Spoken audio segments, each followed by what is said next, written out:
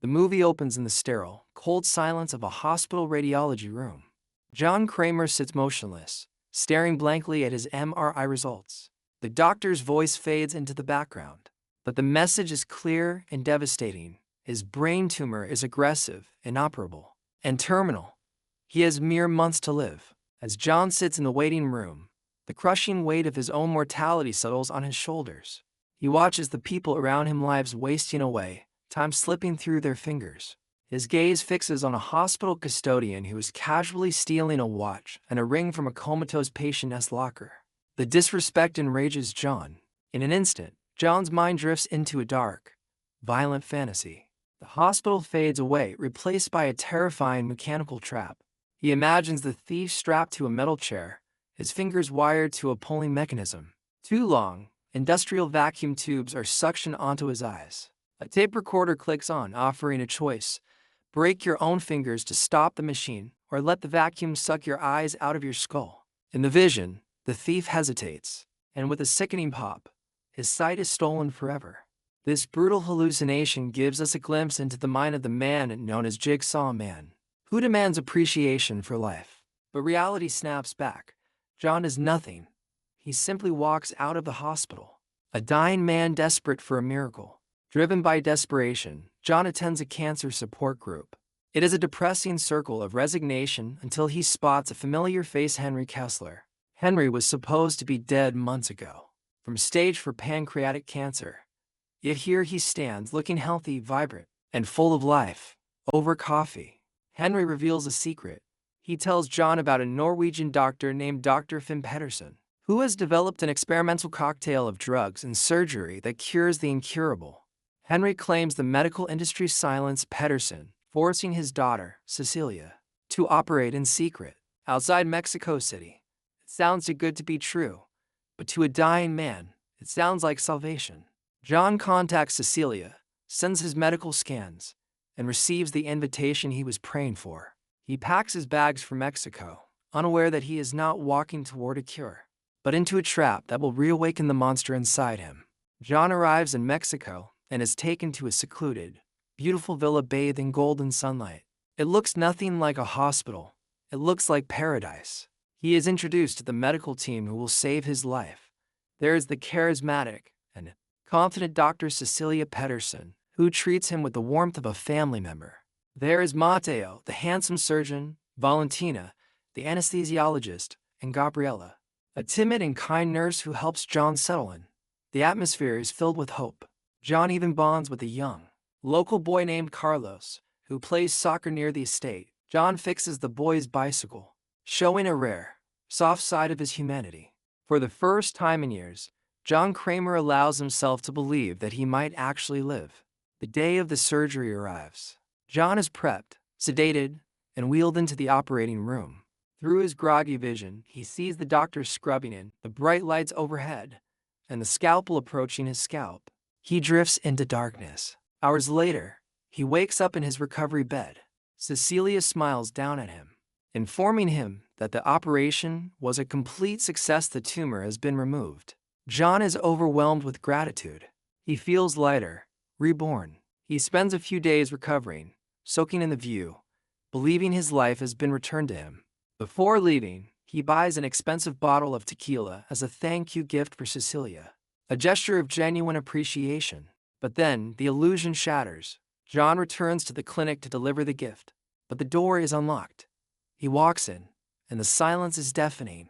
The villa is empty. The high-tech medical equipment is gone. The furniture is packed up. The staff has vanished into thin air. Confused and panicking, John rips the bandages off his head in front of a mirror. He stares at his reflection in horror. There is no scar. There are no stitches. His scalp is smooth and untouched. His head was never opened. The surgery was a performance. They drugged him, painted a fake incision on his head, stole his money, and left him to die a painful death. A cold rage washes over him. These scammers thought they were robbing a helpless, dying old man. They didn't realize they just scammed Jigsaw. John Kramer does not call the police. He calls his apprentice, Amanda Young. Using his skills, they track down the scammers one by one. They abduct the fake taxi driver Diego, the surgeon Mateo. the anesthesiologist Valentina, and finally the ringleader, Cecilia. They are dragged to an abandoned, rusty chemical factory to face judgment. John reveals himself to the terrified group, sitting calmly in the center of the warehouse. He tells them that since they played with his life, giving him false hope, they must now play for their own lives. They must offer a sacrifice of flesh to survive. The first test is for Valentina, the fake anesthesiologist. She wakes up with a wire jigsaw wrapped around her neck. A tape recorder explains her grim task. She must cut off her own leg at the thigh and use a vacuum device to suck out enough bone marrow to tip a scale. If she fails within 3 minutes, a wire saw will decapitate her. The timer starts ticking. Valentina screams in sheer terror, wasting precious seconds begging for mercy. But the wire around her neck begins to tighten. Realizing there is no escape, she places the cold, serrated blade of the jigsaw against her own thigh. With an agonizing scream, she begins to saw back and forth. The sound of metal tearing through muscle and grinding against bone fills the room. Blood sprays everywhere. She manages to sever the leg completely, the limb falling to the floor with a wet thud. But the test isn't over. Shaking from shock, she frantically tries to jam the suction tube into her severed stump to extract the marrow. But she is too slow. The timer hits 0. The machine triggers, and the wire saw snaps shut, slicing her head off instantly. Next is Mateo, the fake surgeon. He is strapped into a dentist's chair. A large, industrial metal mask, resembling an ancient Aztec artifact, is locked onto his head. John explains the irony. Mateo pretended to be a brain surgeon, so now he must perform real brain surgery on himself. To unlock the mask, Mateo must drill into his own skull, extract a piece of his cerebral tissue, and drop it into a beaker of enzymes. If the enzymes dissolve the tissue, the key will drop. If not, the mask will close permanently. Driven by pure adrenaline and fear, Mateo grabs the medical drill. He screams as the drill bit pierces his scalp and grinds into his skull. He manages to break through the bone, reaching into his own open head with forceps to pull out a chunk of gray matter. He drops it into the enzyme solution, but the chemical reaction is too slow. He watches in horror as the timer runs out. The mask snaps shut, releasing superheated coils that burn his face shut, killing him instantly. While the carnage unfolds, a man named Parker Sears bangs on the factory gates, screaming for Cecilia. He claims to be another patient who was scammed. Amanda subdues him and brings him inside. Meanwhile, the third test begins for the nurse, Gabriella. She is hung from the ceiling by her shackled wrist and ankle. A massive radiation machine, the same one she used to fake John's X-rays, is positioned to blast her with lethal energy. To survive, she must use a sledgehammer to smash the shackles. But the catch is simple. To hit the shackles, she must smash her own hands and feet. Gabriella swings the hammer, shattering the bones in her foot, then her hand. Her face is burned by the radiation, her skin blistering, but she manages to free herself, collapsing to the floor, alive but broken. With 3 people dead or incapacitated, only Cecilia remains. But suddenly, the dynamic shifts. It is revealed that Parker Sears is not a victim, he is Cecilia's lover, and the muscle behind the scam.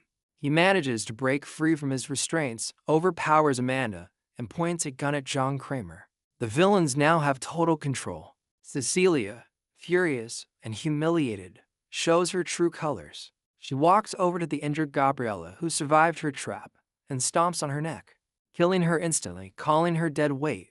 Cecilia wants John to suffer. She forces John into one of his own traps to make it truly sadistic. She hears a noise outside and drags the innocent boy, Carlos, into the warehouse. She chains John and Carlos to opposite ends of a seesaw platform. The trap is a blood boarding machine. A lever controls the flow of boiling blood. One person must be drowned in blood to save the other. John, refusing to let the innocent child die, pulls the lever toward himself. The thick, red liquid pours over his face, choking him, drowning him, while Cecilia and Parker watch from the control room upstairs, laughing at their victory. Cecilia spots the office where John had left his bag of money, greedy to the end. She runs to grab it, while John is dying below. But the moment she touches the bag, a mechanical lock engages. The heavy iron doors of the control room slam shut, trapping Cecilia and Parker inside. Down below, the blood flow stops instantly. John's restraints unlock. He stands up, wipes the blood from his face, and takes a deep breath. Amanda stands up too. It turns out, John knew everything. He knew Parker was the boyfriend. He knew Parker would come for her. The loss of control was a performance. John allowed himself to be captured to lure both of them into the final, inescapable room. A timer begins inside the sealed control room as deadly chemical gas starts to fill the air. A recording of John's voice plays. "Hello, Cecilia. There is only one air hole in the wall. It is large enough for only one person's head. Life or death. Make your choice." Cecilia and Parker, who were lovers and partners just minutes ago, instantly turn on each other. The survival instinct takes over. They claw, punch, and beat each other brutally, fighting for the single breath of fresh air. Cecilia, ruthless to the core, grabs a shiv and stabs Parker repeatedly in the chest. As he falls, choking on his own blood and the gas, she shoves his dying body aside. She sticks her head through the small hole, gasping for air, watching her lover melt away in the chemical fog behind her. The movie ends with a shot of the warehouse exit. The large metal doors slide open to reveal the morning sun. John Kramer, his apprentice Amanda, and the brave little boy Carlos walk out into the light, leaving the darkness behind. Cecilia is left alive, but she is trapped in a room with a corpse, no money, and the permanent trauma of what she has done. The game is over.